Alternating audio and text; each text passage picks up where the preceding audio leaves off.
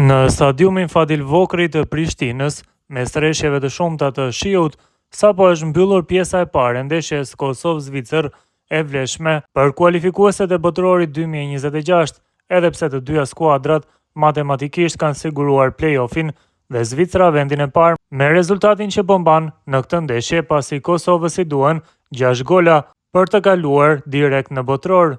Por ajo çka po befason në këtë ndeshje, që po zhvillohet me ritëm të shpejt, pavarësisht se fusha nuk është në gjendjen e saj më të mirë, është fakti që Granit Xhaka, kapiteni i Zvicrës, po vërshëllet nga tifozët e Kosovës që ndodhen në shkallët e stadiumit Fadil Vokri.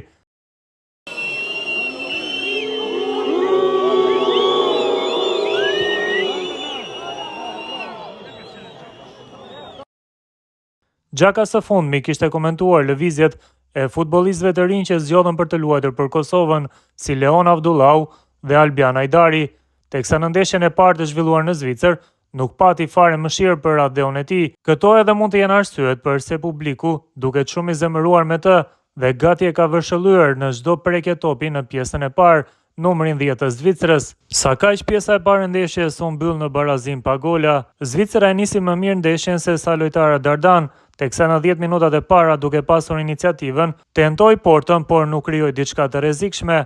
Më pas Kosova e Frankofodës e mori drejtimin e lojës në duar duke krijuar edhe 2 raste shënimi. Fillimisht ishte Veldin Hoxha që pati një goditje jo të mirë, të cilën e priti Gregor Kobeli i Zvicrës. Pak minuta më vonë, Kosova rrezikoi sërish portën edhe përmes Vedat Moriqit, i cili goditi topin me kokë, por goditja ishte jashtë portës. Ndeshja e sotme po luhet në kuadër të xhiros së fundit të kualifikimeve të rregullta për botërorin e vitit 2026.